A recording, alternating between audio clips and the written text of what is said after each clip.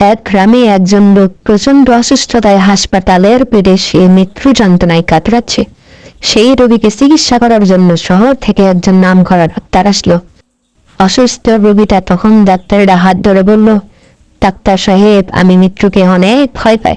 মৃত্যুর পরে আমার সাথে কি হবে আমি জানি না। অন্ধকার কবরে আমি একা একা কিভাবে থাকবো?